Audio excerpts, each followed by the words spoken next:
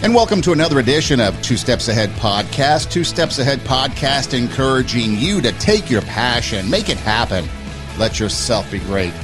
I'm Son Edom, and coming up on the show, we're going to talk about what it's like to be living in a hyper-sexualized world that we currently exist in.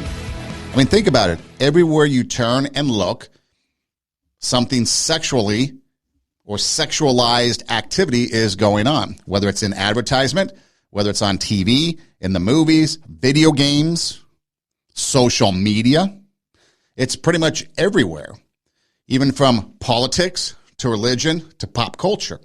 And so that's what we're going to talk about. So as you listen, you might want to keep in the back of your mind that there could be some content that we talk about. Everything is PG rated, I guess you can say. I guess you have to have a certain level of honest conversation that involves some material that, you just want to be aware of. That's real, that's raw. Some testimony that we're going to be listening to from someone sharing their story. So just keep that in mind. But also it's an opportunity perhaps to maybe use this as a stepping stone to talk about other people, maybe young people, about the hyper-sexualized world that we live in.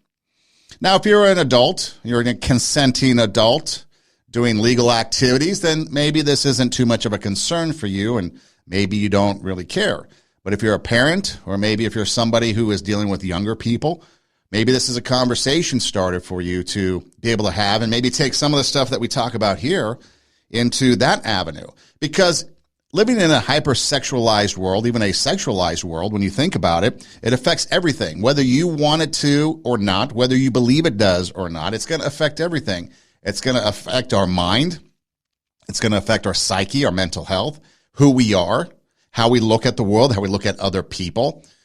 And so through the lens of this show, which is bringing out our inner greatness, raising the standard, taking our passion, making it happen, trying to inspire and motivate us to be better. That's the lens that we're going to look at this topic and discuss it. So again, some of you might be thinking that it's no big deal. Others might be a little bit closer to home, but we invite you to join us for the conversation and then also maybe take this and talk to other people about it. But think about it. Advertising, it's everywhere. Television. Nowadays, there's all kinds of channels and outlets, from satellite television to internet television to your basic standard television channels. Maybe if you get the bunny ears and stick it on your TV. There's all kinds of online content, movies, video games, all kinds of things. I think back to when I was growing up, it was a time before the internet, so we did not have internet technology to just go to. No cell phones right there on our hip that we can bring out and bring up all kinds of images. Basically what you had was you had magazines, all kinds of magazines. I'm just talking about magazines in general. You had television, and at the time, depending on what year it was, you had maybe 5-6 channels. And then cable TV came in and maybe added some more to it, but you were limited as to how many TV channels you had. And then you had movies. Movies had basically 3 ratings, G, PG, and R, and anything PG and R could be susceptible to some sort of sexualized world, imagery. And so you're very limited. If you wanted to engage in some sort of sexualized content, you had to actually leave the house and go someplace, whether it be a video store, a liquor store, or maybe some other type of establishment to engage in that. On television, there were viewing times for kids only, where certain content wasn't allowed. There were obviously times that were considered after hours, when I think pretty much anything went if you got the channels. And so there were parameters, I guess you could say, put in place. I don't know if you would call them safeguards, but parameters to kind of protect some of the younger generation or protect some of the more innocent-minded people. But if you looked hard enough and you wanted to find something, it would be easy to find. And so as the years go by, as technology gets invented, as technology increases, advances, now we have a whole slew of anything, and you can just bring it on your phone, on your computer in the house, in the bedroom, wherever it might be. The content on the television, I don't think there really is any more day partying like there used to be. I think the censorship has kind of gone away from the standpoint of viewer times and when you can advertise and promote content. And even the content that's being put out there is starting to be sexualized and catered towards the younger audience, the younger people. And so I think back to the cartoons. I mean, Scooby-Doo. I think Scooby-Doo, the biggest part of that was it was almost like you're on an acid trip, really, watching it later on when it got to the second season and so on. But there wasn't, you had the sexy girl, you had the kind of smart, nerdy girl, and Daphne was probably the sex symbol of the time.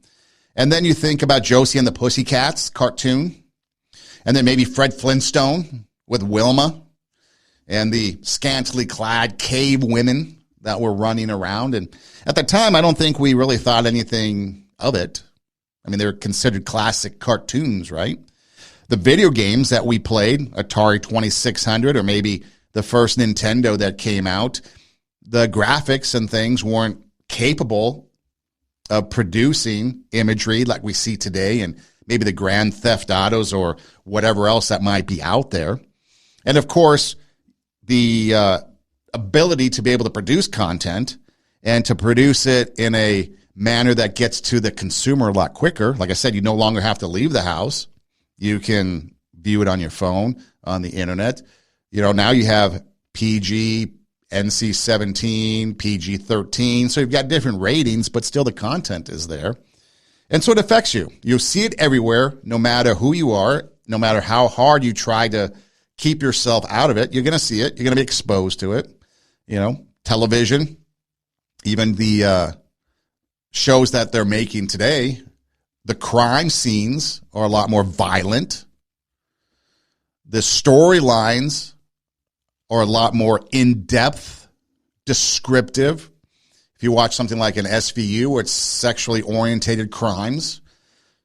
I mean, I think back to television growing up too, where you had like The Fall Guy with Lee Majors, and Heather Thomas was in it, and she was a big deal. Charlie's Angels with Farrah Fawcett, and she was the sex symbol of the show. And you had all these other shows out there. And then, of course, you had the Dukes of Hazzard with Daisy Duke, right? She was the creme de la creme of the sex symbol on TV. And now you're starting to see a lot more in-your-face programming when it comes to a sexualized world. And so it does. It affects you whether you think it or not.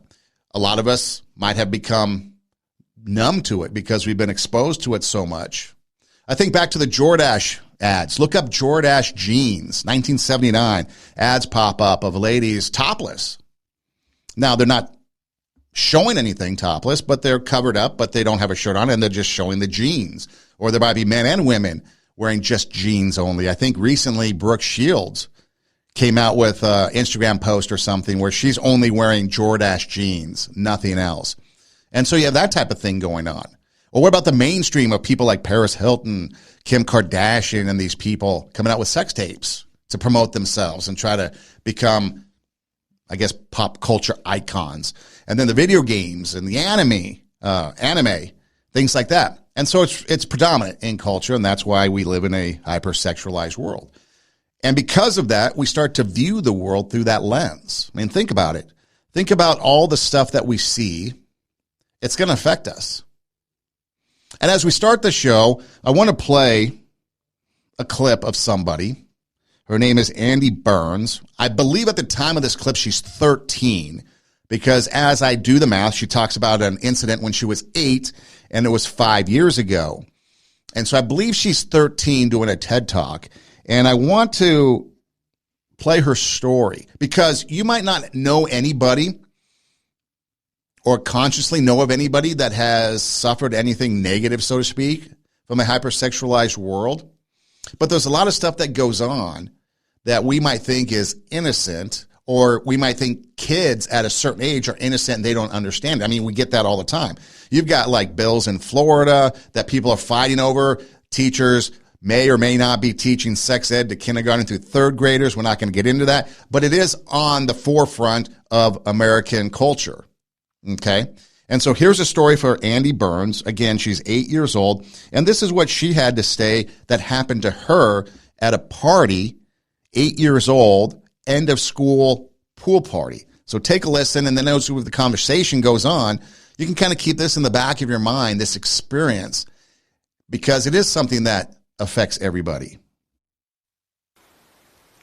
For me and my experience, that consuming ache was really more overcome with a horror that I was realizing all of this about 5 years too late.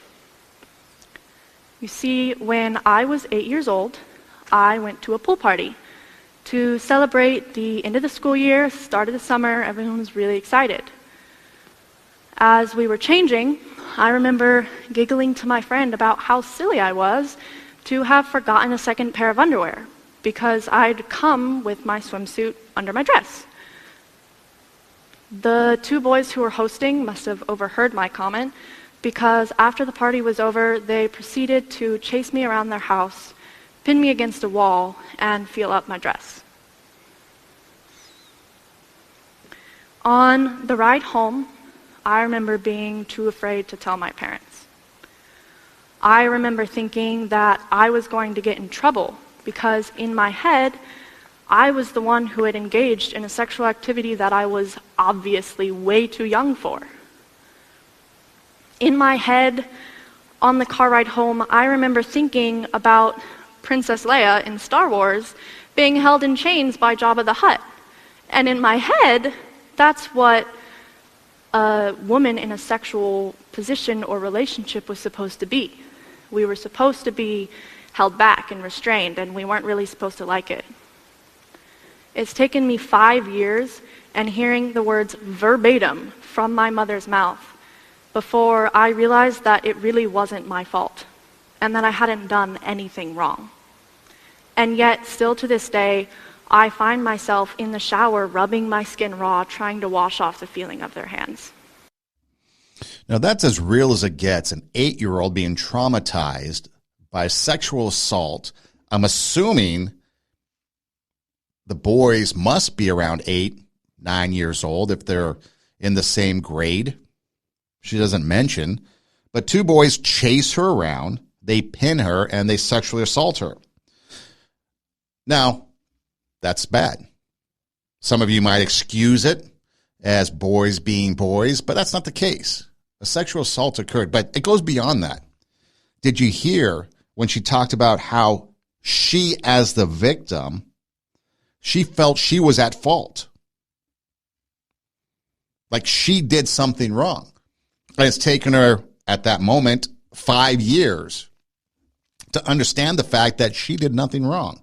Now, somewhere along the line, these boys thought that was appropriate behavior, whether it's learned behavior, whether they saw it on some program or someplace. They had to find it someplace. They saw it or heard of it, that it would be okay to do that. Because I don't think, I could be wrong, but I don't think an 8-year-old is naturally inclined to sexually assault somebody.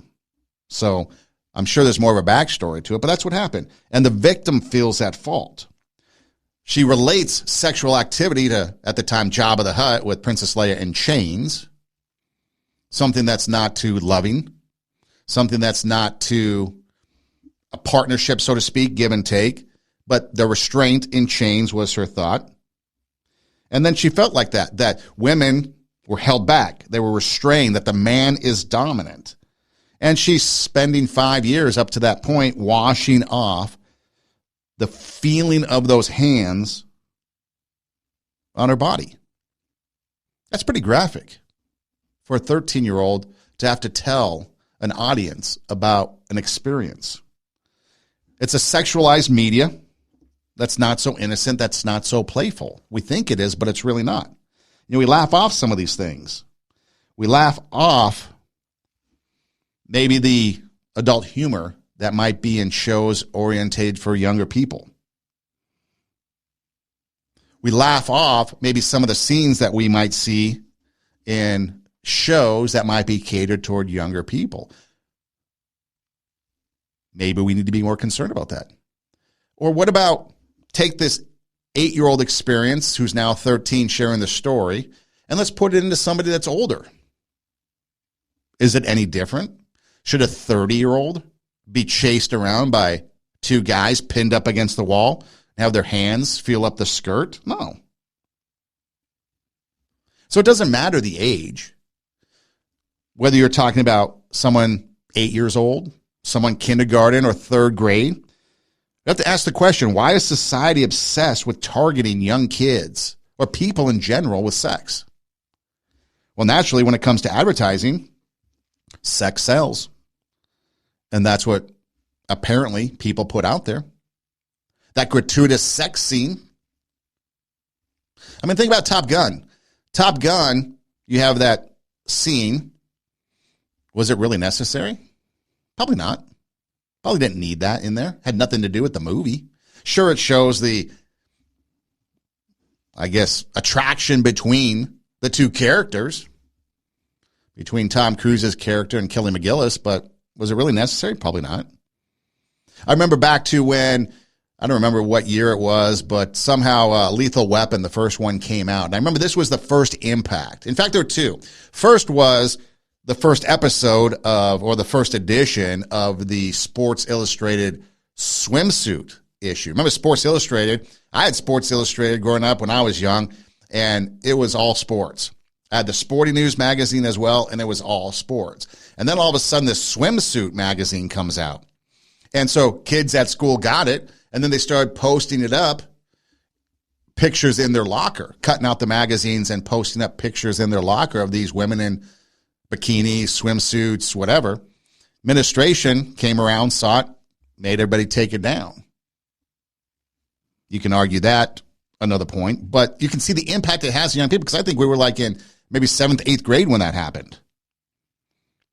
And then when Lethal Weapon came out, there's the opening scene where the girl is topless, and then she jumps off, Peter Pan's off a balcony, commits suicide, and that's the crime that then the police are going to investigate. But that was all the rage too, with all the young boys in school talking about it. And then years later, when I finally saw the movie, I understood what they were talking about, because I never saw it at the time, because movies weren't my thing back then. I was involved in so many other stuff. I didn't have time to just sit around and watch movies. But you can see the impact just from those two experiences. For me, realize that, wow, this is something that's pretty powerful. It affects everybody. And then it affects the way we start to look at other people. The impact of a sexualized culture on young women. Here's Dr. Gail Dines talking about it, and she basically puts it out there that there is an impact. When you think about the images that surround us, especially in pop culture, you're looking at mainly young, thin, white, blonde women with, technologically perfected bodies. And what happens is that young girls, especially as they're growing up and developing a sense of themselves, they begin to look to the culture for what does it mean to be female. And of course, what gets thrown at them are these images that are absolutely impossible to live up to. So what you're doing is you're creating a kind of body loathing for these girls. What does it do to them to think they're never good enough? Every image coming at them, from every billboard, from every screen. You walk down a street and there it is, an ad. You're not good enough.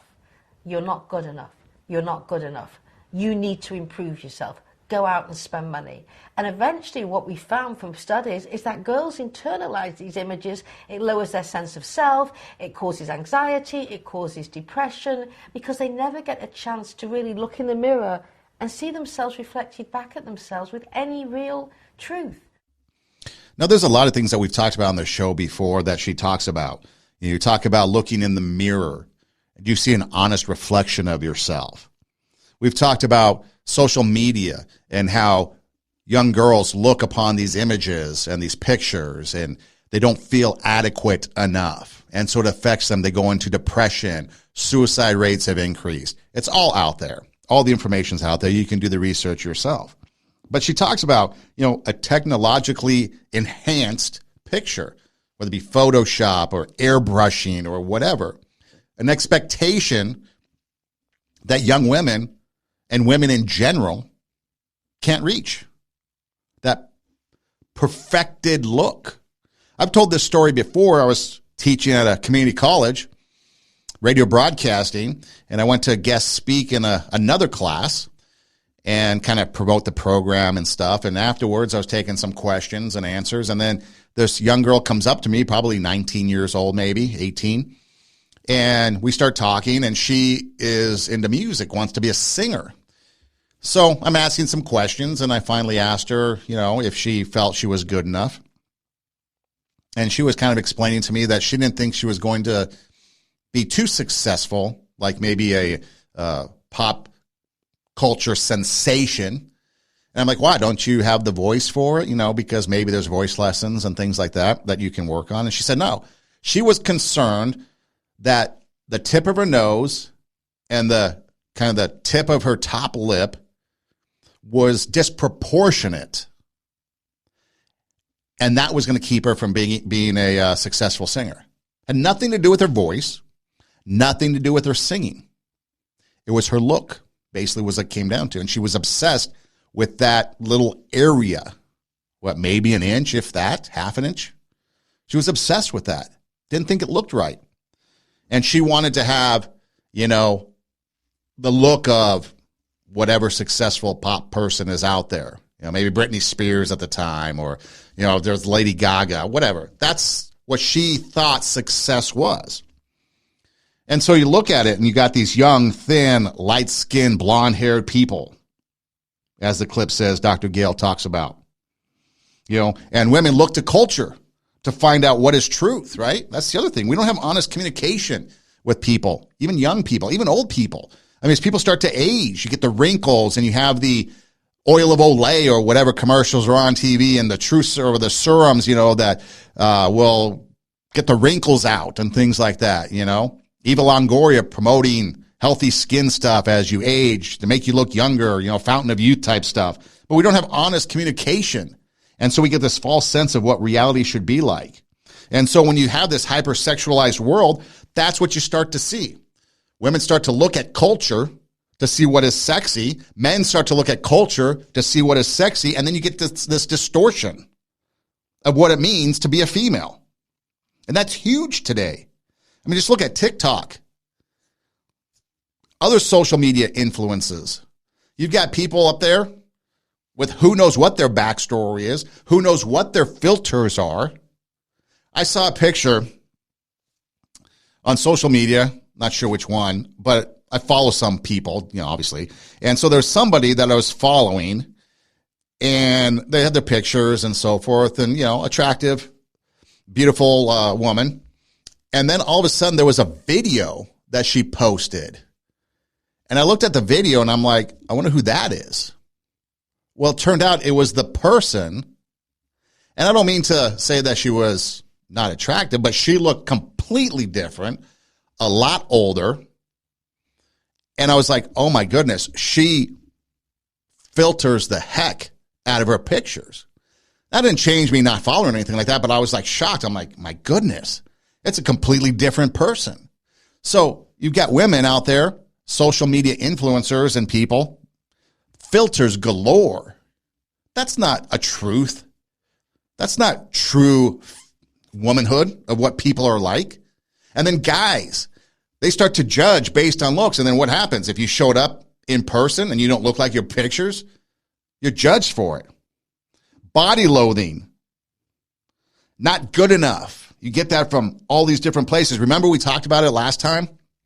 If you tell someone something long enough, it becomes a part of them. So if you tell women, last time we were talking about teachers telling students that you're good enough, you're good enough, you're good enough, because we were talking about that a lot of times. People will tell you you're not good enough. You're not going to amount to anything. Why did they even have you? You might as well go do this because you can't do that. You tell people something long enough, it becomes a part of them. And that's what a sexualized world does. It tells people what it should be in this fantasy world, not reality.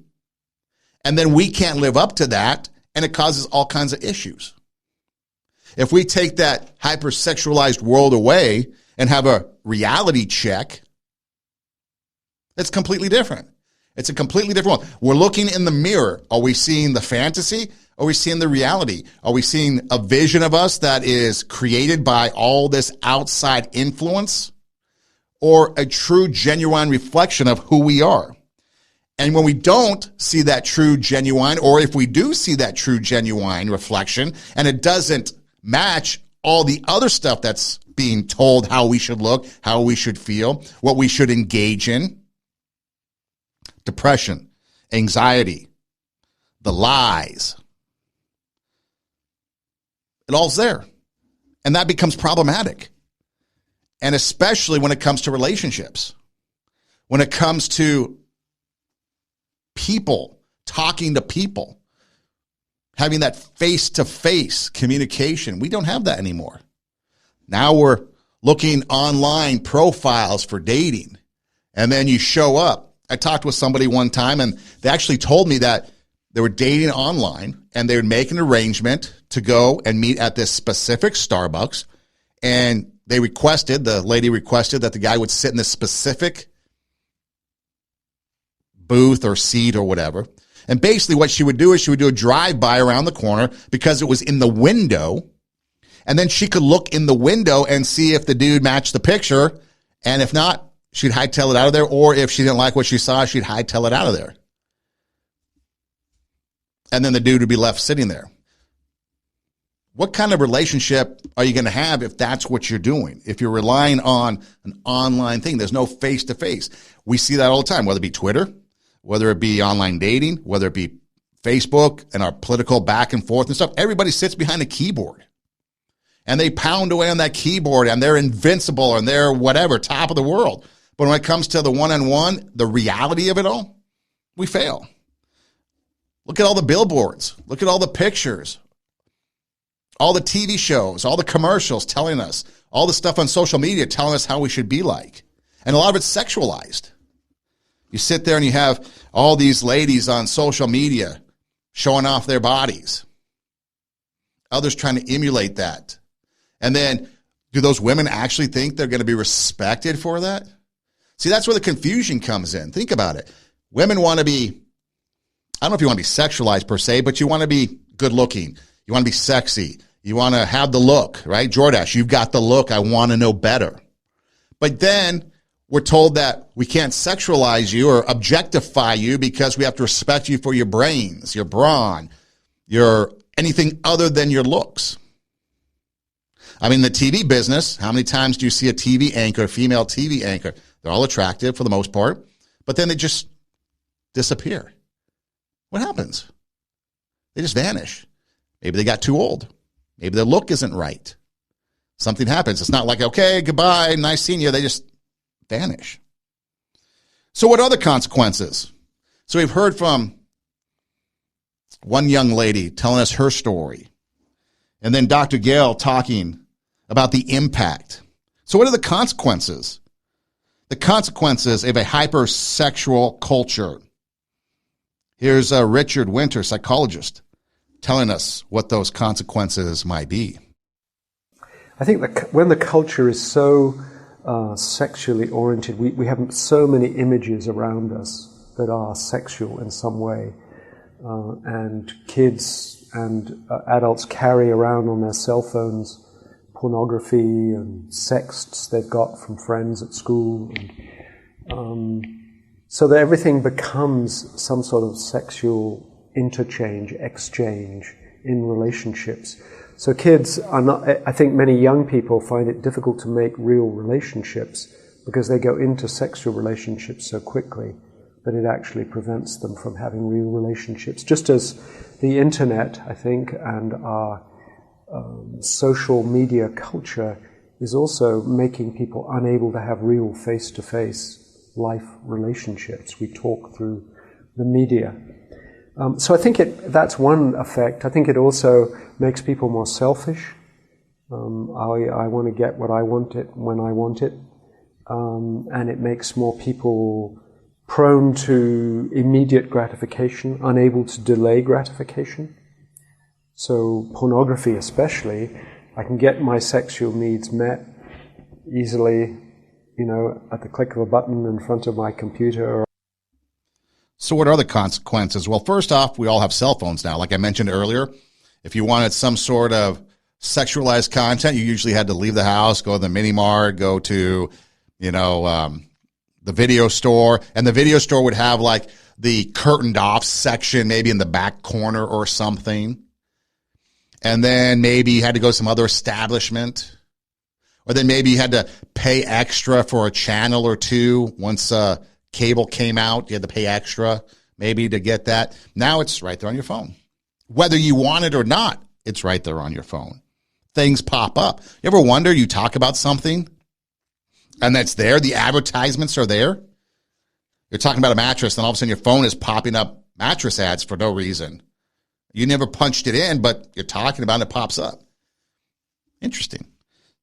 It's the same way with other sexualized content. And I'll tell you what, this is a perfect example. So most of my social media is just me kind of promoting the show, maybe posting some pictures. I really don't do a whole lot of stuff on there. I might post some things if I think it's interesting, but a lot of it's just kind of promoting and putting my stuff out there. So when TikTok came along, I got onto it pretty early, but I never was really doing it so much. And then all of a sudden the pandemic hit and everybody was on it, right? So I started out watching videos of animals, which I thought were fascinating. Like there was a gal who was a rehab. She rehabs animals, wild animals, and so she had a beaver. And so I was following her for a while. And then I love pandas, watching pandas and chimps. So I just love wildlife. I find it fascinating. I find it entertaining. Bulldogs, hilarious. And then, of course, there was another gal who has a tortoise. And so I'd follow her. And then there was a guy down in Arizona that had like 1 million tortoises for some reason. And so I'd follow that. And so, I was following a lot of animals. And then there was some iPhone stuff, like things you should know about iPhones, iPhone hacks you should know about. So I started following that. And then I started following photography, some photography stuff. And those were the things that I would initially stop on. You scroll through your For You page or the feed or whatever. But I'd stop on those, and those were the ones that I would engage in, right? The idea is that once you engage in something, they're supposed to put more and more on there for you because the algorithms and stuff. We talked about it in our social media podcast episodes, how they look at what it is and they gather that information of stuff that you're engaged with and they try to feed you more. And your page and what you see is going to be different from what I see based on what interests us and all that. And so these are some of the things that I started out with. And then the next thing you know, let's say some guy comes on telling funny jokes. Or maybe there's a magician doing some card tricks. And then all of a sudden, my feed and stuff starts to change, even though I haven't stopped being interested in some of these other things. And all of a sudden, my iPhone hacks I need to know just disappear. And now other stuff is on there. So I've got the magicians and maybe some of the animals, but now I've got, for some reason, babies. Moms of TikTok then. And then it goes from there. And all of a sudden, it's just a bunch of half-naked women dancing around promoting their OnlyFans sites or whatever. How did I get there? It's not content that I engage with. It just evolved. I go from a bulldog to the bulldog and the baby and pictures of bulldogs and the babies that pop up because I like bulldogs or dogs. And then it went from babies to moms. And now it's moms of TikTok. And that's how it worked. And all of a sudden, everything, I didn't seek it out. But that's the hyper-sexualized world we live in. They feed it to you because they think that's what's going to keep you and that's what's going to attract you. And so we have real relationships versus sexual relationships, and they get merged.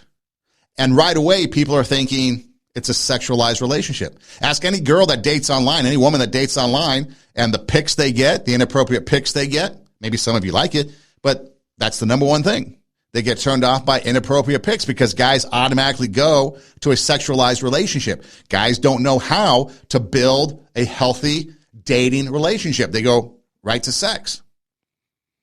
Women supposedly talking about not wanting to be a part of one night stand. I think Tinder kind of promoted that one night stand, online social media dating or whatever it is. But that's how guys look at it. And so when you get that face-to-face relationship, it doesn't happen. We're looking for that selfish, immediate gratification, as if it wasn't hard enough, women, to be the victim of a one-night stand or being objectified sexually. Now all of a sudden, it's even more so. It affects kids and adults. It doesn't matter who you are. The images, the innuendos. If you're a minor, those provocative naked pictures or those scantily clad images, it's going to impress upon you a reality that doesn't exist. Those women, they don't want to be that way. Those girls don't want to be treated that way. Sure, there might be some that are out there that pretend to do it all because that's what they see. But then here's the other thing. What about, and this is the biggest thing that I see with young people that I tried to share with them, okay?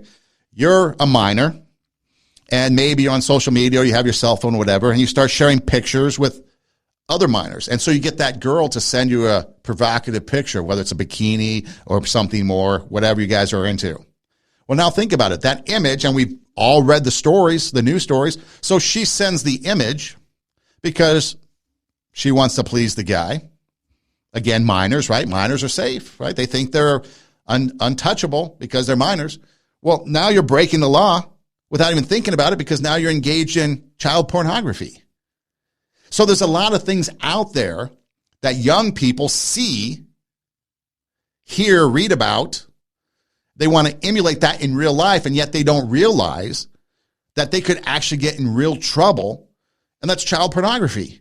If you are a young person, if you're anybody, doesn't matter, forget the young person. If you are anybody and you have an image, a sexualized image of somebody that's underage, it's child pornography. It doesn't matter what the excuse is. And people don't realize that because we don't have these conversations. We don't have real conversations with people. Here again is the effects of sexualized media. Andy Burns, the gal that talked earlier about her experience at the age of 8. And she goes into kind of more detail of her experience and what she sees as the effects of a sexualized media.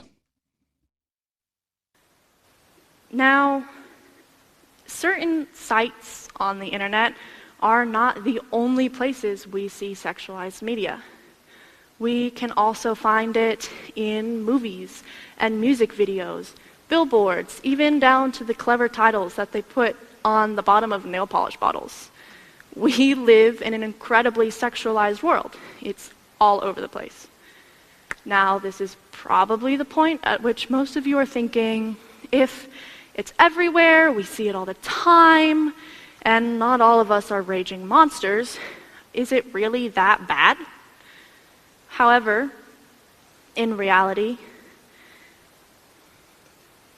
we find that sexualized media and pornography without, and here's the key part, without representation or proper education can be incredibly harmful and detrimental to our physical and mental health, especially those of us who are too young to really know the difference. Now, for those of us in the room who have experienced sexual assault, we all know and remember the consuming ache that overcomes you when you realize you're not really being seen as a fellow human being. I think that's such a powerful statement that she talks about. All those things. I mean, movies, music videos, although I'm not sure we do music videos much. Remember the old MTV music television? MTV was music television, then it became reality TV. I haven't watched MTV in years, so I don't even know what's on there anymore. I think last I heard it was like Pregnant and 16, and so we're like glorifying 16-year-olds who were knocked up, which, again, in a lot of states, that's statutory rape, people. MTV's glorifying it, 16 and pregnant. A bunch of people want to go out and get pregnant at 16 because they see it on TV and it's really cool, but they don't realize that it's statutory rape. A lot of states, it's 18. Some it's 16, but a lot's 18. It's like, what are we doing? Glorifying crime. But the billboards, nail polish. I didn't realize this. I don't know anything about nail polish, but I've got to start checking out the bottom of nail polishes to find out what these provocative titles are. So it's even in nail polish. But you take all the stuff that's going on and you normalize it. Like she said, oh, so we're not monsters, but it's there all the time, so what's the big deal? We've normalized it. We've normalized these effects of a sexualized media, and we don't even realize it. We don't realize the impact. We don't realize the 8-year-olds being sexually assaulted at a swim party. We don't think about it. And then when it does happen, we probably dismiss it because, no, that didn't really happen. She had to be making it up. She's 8 years old. And then she spends the next 5 years and probably even to this day wiping off or like scrubbing the feel of those hands off her body in the shower. And I like what she says, without education, without the context of it all, people don't know what's going on. The fantasy versus the reality. The effects are harmful and hurtful. The mind can't comprehend. That's why parents are concerned in this day and age about people and what they're telling and teaching their kids in school. Because the mind can't comprehend what's going on. Just like she felt like she was the one that did something wrong. That's what happens a lot of times. I mean, you could go and sit and listen to any story in Hollywood. It doesn't have to be female. You could listen to, was it Corey Feldman? I think he's the one that's still alive. His story. Corey Haim, if you can find something on him and what they went through. And then, of course, all those ladies that went through the Me Too movement and Harvey Weinstein. And how a lot of them just took it for whatever reason. And they felt like they were the ones that did wrong. The victim is at fault. And we do that. We look at the political world. The victims of these high-powered people are the ones that you crucify. We believe all women. No, you don't. And that's a fact.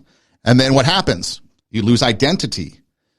You lose a loss of self, loss of worth. And like she says, the object. You're the object and not a person. You're the object to be sexualized. You're the object to be degraded. You're the object for instant gratification, and you're not a person. The person has left, and it's everywhere. And it's getting worse and worse because we're allowing. And again, it goes back to the context. Again, if you're an adult, a lot of adults really don't understand or can't deal with a hyper-sexualized world. They don't have the brain power.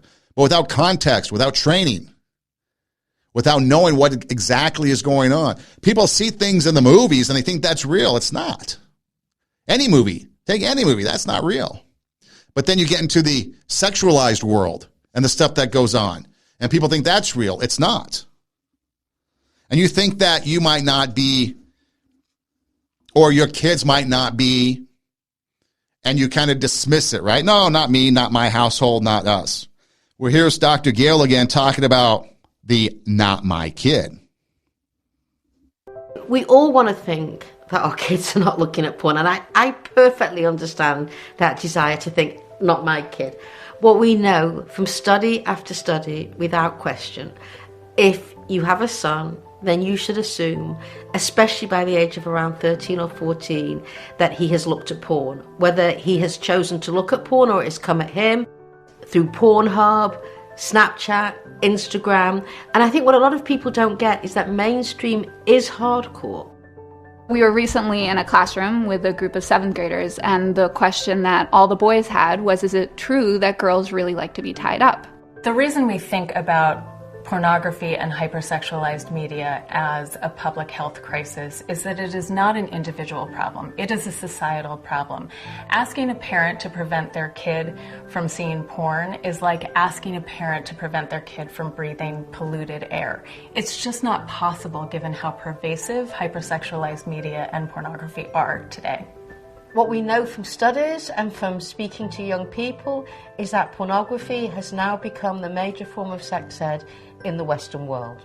Another thing that the porn culture is teaching them is that aggressive forms of sexual behavior towards girls and women is completely normal. Like, it's not criminal, it's not even problematic. So again, if someone has a phone, they've been exposed to it. I personally believe that young people shouldn't have smartphones, shouldn't have social media. All the stuff that I've done for the research on the different podcast episodes for this show, it's harmful. It's dangerous. Sometimes it can be harmful and dangerous for adults.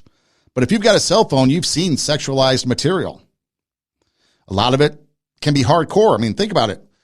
The lady said that boys come up to her asking, do girls really like to be tied up? That's the reality that these guys see. These boys see the reality of girls being tied up. Do they really like that? Imagine what other things they think are reality or real to them. And if not properly taught, not properly educated, first off, probably shouldn't be seeing it. But if they're not giving context, like, hey, that's just a movie or acting or whatever, that's not really how it is, that's where they're going to think reality is. It's sad to think that the number one sex education outlet or tool or resource is pornography. How unrealistic is that? I don't know of any woman that I've ever talked to that would engage in the extremes that you see. There might be a few out there that I've come across that I might not know. Maybe they didn't share their full story, but that would engage in a lot of that stuff that goes on. Women don't do that. Not a lot of it. Now, there might be varying degrees. And again, if you're an adult, consenting adult doing legal things, knock yourself out. This isn't censorship. This isn't telling you to be a prude. But this is the realities of living in a hyper-sexualized world. 8-year-olds being sexually assaulted at a swim party. Young boys asking if women like to be tied up. Having a cell phone. You've seen sexualized material. The reality versus the fantasy and how that skews our perception of what it is. And it affects us. And women and others, guys too, they can get into depressed situations. They can have anxiety and stress. I mean, there's a whole thing now, guys. What is it? Dad bods versus like 6-pack abs or something. I got a keg. I worked hard for my keg. I ain't losing it. I invested a lot in it. But then you have these aggressive forms of sexual behavior towards women. That's not okay. In fact, some of it can be criminal. Guys don't understand that. Think of a frat party on a Friday night and all the lives that are destroyed at these college parties because guys think that this is okay. They're being encouraged by other guys. I remember in high school, guys would talk about things that we didn't know what we were talking about. And then years later, you grow up and realize, man, you're full of crap. It's gotten to the point where does no really mean no? Here's Gina Davis talking about the hypersexuality in television and movies aimed for kids. And again, this is Gina Davis. She was in the business of Hollywood. So what was really disturbing is that we found a lot of hypersexuality of the female characters in even television and movies aimed at little kids. For example, in G-rated animated films, the female characters wear the same amount of sexually revealing clothing as the female characters in R-rated movies, which is pretty horrifying. I mean, what are we putting that much sexuality and hypersexuality into things aimed at the littlest kids for? There was research that just came out that showed that girls as young as 6 years old have started to self-sexualize. In other words, they have started seeing themselves through the male gaze and realizing that they need to be sexy in order to be appreciated at 6 years old. And this is a very new development. We knew that women and teenage girls were doing that. So clearly the culture is sending a very negative message to girls and to boys about girls when the female characters are constantly shown in this sexy light. I mean, think about that. Girls as young as 6 years old now starting to self-sexualize. Movies and TV shows geared toward younger people, the same amount of sexualized dress on characters, female characters, as in TV shows and content geared towards adults. We're aiming this thing at the littlest of kids. So what messages is culture and pop culture and society trying to send to girls? We've talked about it. TikTok, social media, targets young women. Suicide, depression rates go up. Think about this. We try to keep the boogeyman outside, right? The bad guys outside. We don't want them coming in. We think about John Benet Ramsey, still an unsolved case. Someone supposedly came in from the outside, kidnapped her, killed her, tragic story. But now we've got the creepers inside the bedroom already. The monster is no longer under the bed. It's in the hands of the child. The monster is no longer in the closet. It's in the hands of the child because they've got that phone. And so they're in the bedroom at night, scrolling through social media, scrolling through whatever it is that they happen to be scrolling on. And we think that, no, our kid's innocent. No, kids don't know. You know what I do? If I go to a new place, let's say it's a school, maybe I go to a different school, never been there before, I sub, I want to get on Wi-Fi, the first thing I'm going to do to get the password is ask the kids. Kids know the Wi-Fi. They know the password. They know. And so again, why are we gearing some of this content towards the younger generation? The magazines, the advertising, the social media, it's all geared for it. There was something I wrote down. I read it somewhere. I don't really remember it, but I think it was an interview on a site somewhere about they were interviewing someone who makes adult material, a female performer. And she said that society is teaching young girls to hyper-sexualize and pornify themselves. That was her thought. The girls come to the set, okay? So I guess these newbies that want to be porn stars, they come to the set porn ready, she says. Because social media, advertisement, movies, TVs, etc., society, teaching young girls to hypersexualize and pornify themselves. Imagine that. The unrealistic perfect body, the impact it has on girls. Guys will look at girls and girls will prepare themselves with either the come take me look, the bedroom eyes, or you're invisible. That seems to be the two options that girls are getting. You're either I'm attractive, come get me, or you're just invisible. And each year, the average age of kids viewing porn for the first time is getting younger. Human sexuality is a powerful thing. It's a powerful force. There's a lot put into it. Like I said, this conversation could probably be a whole series. And I ask you this, if anything good comes from porn, what is it? I'd like you to send me a message, an email, 2stepsaheadpodcast@gmail.com, TWO, 2stepsaheadpodcast, gmail.com. Tell me one good thing that comes from porn. You've also heard sex is a drug, has the ability to alter chemical responses in the body. How do you combat that? How do you combat this sexualized world? Well, the first thing, if we're going to attempt to do it, is turn things off, first of all. But then we have to look at ourselves and have self-worth.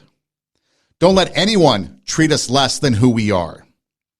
Tell ourselves and tell others, we're worth it, you're worth it, I'm worth it, we're worth it. The more we tell, the more it becomes a part of us. We need to talk to kids. We can't let porn be the number one resource for sex education. We need to tell them. Parents need to tell them. Adults, maybe overseeing kids, like if you are a foster parent perhaps, something like that. You kind of get on sketchy ground. There's a lot of sex ed in school, but maybe we should keep it for high school, not K through 3, as everyone's fighting about now. Maybe we should restrict access. Does a kid really need a smartphone? I've been asking that for a long time. Does a 8, 9, 10-year-old really need a smartphone? iPhone? Seriously? And definitely no social media. Cut that off. Even the parental controls, kids know how to navigate and circumvent that. We should get involved in positive groups, positive environments. Focus the kids' attention. Don't let them sit in the room by themselves for hours on end. Get them out of the room. Get them engaged. Communicate. Talk to your kids. Holy cow, what a concept. Talk to kids. Be a parent. Be an adult. Don't try to necessarily instill and indoctrinate, but just give them the honest, the truth, the reality of it all. If you give them the reality of them all, of what it is, the reality of it, they have a better perspective on things. Do women, girls like to be tied up? Hell no. Unless maybe they're getting paid for it and maybe a few others out there. But in reality, no. On the whole, no. They want to be respected. They want to be viewed as an equal. They want to be respected for their mind, for their intellect, for their abilities. And then maybe as you get into a relationship, then maybe you do all that other stuff. Then maybe they want to be tied up and all that other stuff. Again, consenting adults doing legal behavior, knock yourself out. Just don't put it in front of the kids. Teach and model what is appropriate behavior. Correct that inappropriate behavior. And then men, you need to step up. Men need to step up and be the example, need to show the way. Because that's what society calls for. It calls for men stepping up because oftentimes men are the violators. Sure, there's women out there, but men, you need to learn how to treat women right. You need to be able to sit there and have the ability to have face-to-face conversations, not try to take what you see on your phone or your computer screen or whatever into real life, and realize that there's a reality out there and expectations in that reality. And then if you want a fantasy world and you find someone, a partner that's into that, maybe that's a bonus for you. Knock yourself out. Consenting adults doing consenting things that are legal, knock yourself out. But keep in mind that a hyper-sexualized world affects everybody if we don't control it, if we don't limit it, if we let it get the best of us. And if that's the case, then we can't bring out our inner greatness. We can't raise the standard. We can't inspire and motivate others to be great because we're too busy tearing down. This is Two Steps Ahead Podcast, encouraging you to take your passion, make it happen, and let yourself be great. I'm Son Edom. Like I said, you can email me at twostepsaheadpodcast@gmail.com, TWO. If you want to find out more about the show, you can go to radiowarp.com. That's radio, W-A-R-P, radiowarp.com. And you can watch past episodes. You can download from our SoundCloud account past episodes and take it with you on the go. In fact, you can subscribe to our YouTube and SoundCloud, and then you'll never miss an episode. You can check us out on Instagram. We've got complete family-friendly content on Instagram at TWO, Two Steps Ahead Podcast, as well as my personal page, eidemrocks, EIDEMROCKS. And again, there's a Linktree link in the bios of both sites. You can click on it and it brings up some options. Brings up options like our SoundCloud, YouTube, Radio Warp. It also brings up our merchandise or swag shop, so you can get some cool hats, or maybe if you like a polo or T-shirt or some other swag, drinkware. There's all different kinds of things there.